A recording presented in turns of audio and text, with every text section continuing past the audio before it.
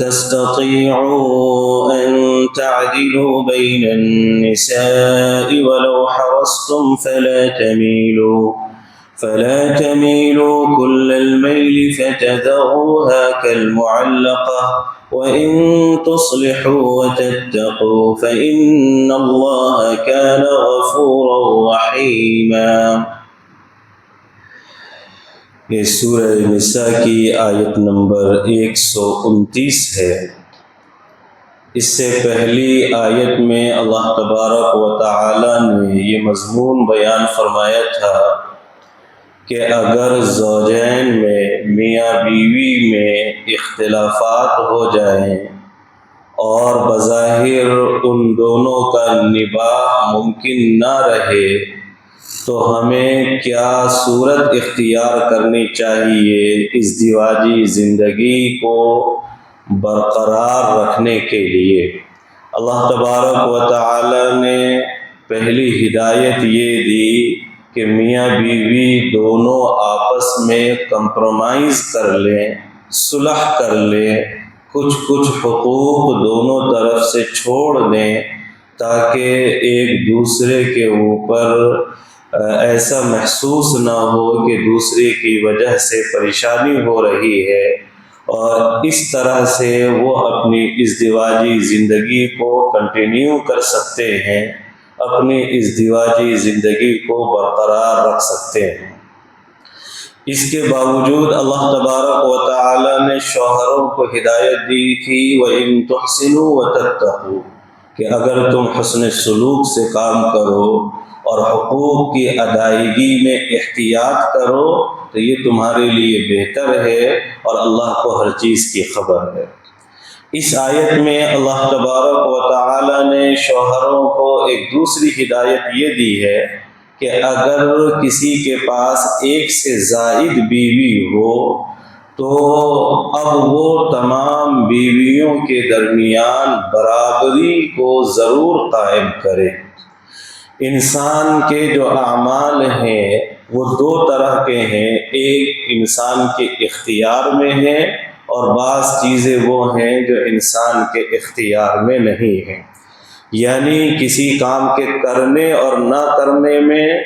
ہمارے ارادے کو، اختیار کو اور ہمارے قصد کو دخل ہے، اور بعض چیزیں وہ ہیں کہ جن پر ہمارے ارادے کا کنٹرول نہیں ہے۔ مثال کے طور پر بیویوں کو خرچہ دینا، کس کو کتنا خرچہ دینا ہے، برابر خرچ دینا، برابر کپڑے دینا، برابر رہائش دینا، تو ان تمام چیزوں میں ہمارا اختیار ہے، ہم اپنے اختیار سے اس میں عدل بھی قائم کر سکتے ہیں، برابری بھی قائم کر سکتے ہیں، اور اگر شیطان نے بھٹکا دیا تو ہم ظلم بھی کر سکتے ہیں۔ ایک چیز وہ ہے کہ جس میں ہمارا کوئی کنٹرول نہیں ہے، ہمارا کوئی اختیار نہیں ہے، اور وہ ہے دل کی محبت۔ دل کی محبت ایک بیوی سے زیادہ ہے اور دوسری بیوی سے کم ہے، اور یہ آیتیں اور یہ حدیثیں سب یاد ہیں، کوشش کے باوجود ایسا نہیں ہو پا رہا کہ دونوں بیویوں سے مثال کے طور پر برابر محبت ہو جائے۔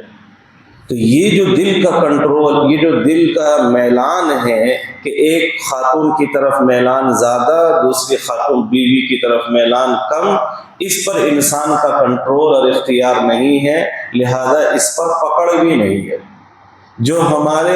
کام ہمارے اختیار میں ہیں ان میں اگر ہم کمی زیادتی کریں گے تو ان میں گرفت ہوگی، پکڑ ہوگی، اور جو ہمارے اختیار میں نہیں ہے ان میں اگر ہم کمی زیادتی کریں تو اس میں کوئی پکڑ نہیں ہے۔ اس آیت میں اسی کو بیان کیا گیا ہے کہ جو چیز آپ کے اختیار میں ہے اس میں آپ برابری کریں، جو آپ کے اختیار میں نہیں ہے اس میں آپ چاہ کر بھی برابری نہیں کر سکتے، اس میں آپ چاہ کر بھی برابری نہیں کر سکتے۔ اللہ کا ارشاد ہے وَلَن تَسْتَطِيعُوا أَن تَعْدِلُوا بَيْنَ النِّسَاءِ وَلَوْ حَرَصْتُمْ، اور تم استطاعت نہیں رکھتے کہ خواتین کے درمیان، بیویوں کے درمیان عدل قائم کرو، تم اس کی چاہے کتنی ہی کوشش کیوں نہ کر لو، تم عدل قائم نہیں کر سکتے۔ تو یہاں جو اللہ نے فرمایا ہے کہ آپ عدل قائم نہیں کر سکتے، اس سے مراد ہے دل کا میلان، دل کی محبت، ایک بیوی سے زیادہ، دوسری بیوی سے کم، ہم کتنی بھی کوشش کر لیں برابری قائم نہیں کر سکتے۔ سورہ نساء کے پہلے پیج پر ایک آیت آئی تھی، فَإِنْ خِفْتُمْ أَلَّا تَعْدِلُوا فَوَاحِدَةً،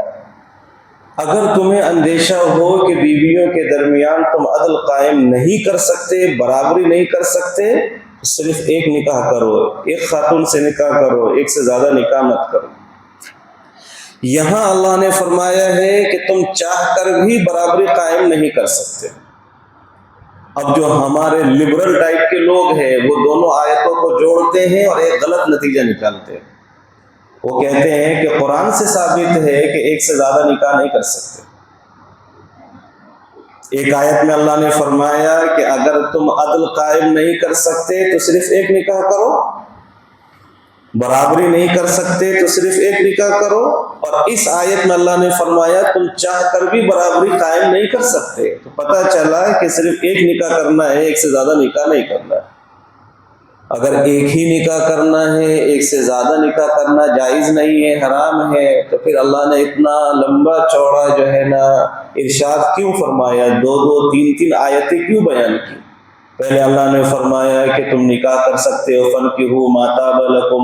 مِّنَ النِّسَاءِ مَثْنَىٰ وَثُلَاثَ وَرُبَاعَ، پھر فرمایا فَإِنْ خِفْتُمْ أَلَّا تَعْدِلُوا فَوَاحِدَةً، پھر فرمایا وَلَن تَسْتَطِيعُوا أَن تَعْدِلُوا بَيْنَ النِّسَاءِ وَلَوْ حَرَصْتُمْ۔ اتنا لمبا چوڑا بیان کی ضرورت نہیں تھی، اللہ فرما دیتے دو عورتوں سے نکاح حرام ہے، بات ختم ہو جاتی۔ جہاں اللہ نے فرمایا ہے کہ ان عورتوں سے نکاح حرام ہے، چوتھے پارے کے لاسٹ پیج پہ حرمت علیکم امہاتکم وبناتکم واخواتکم، وہ پوری لسٹ ہے، فہرست ہے، اسی فہرست میں اللہ تعالیٰ صرف اتنا فرما دیتے وَأَن تَجْمَعُوا بَيْنَ امْرَأَتَيْنِ، کہ تم دو خاتون سے نکاح کرو، یہ حرام ہے، بات ختم ہو جاتی ہے، مسئلہ بالکل کلیئر ہو جاتا ہے۔ اتنے لمبے چوڑے بیان کی، گھما کر بیان کرنے کی کوئی ضرورت ہی نہیں تھی۔ اس سے وہ مسئلہ ثابت نہیں ہوتا ہے جو عام طور پر لوگ سمجھتے ہیں۔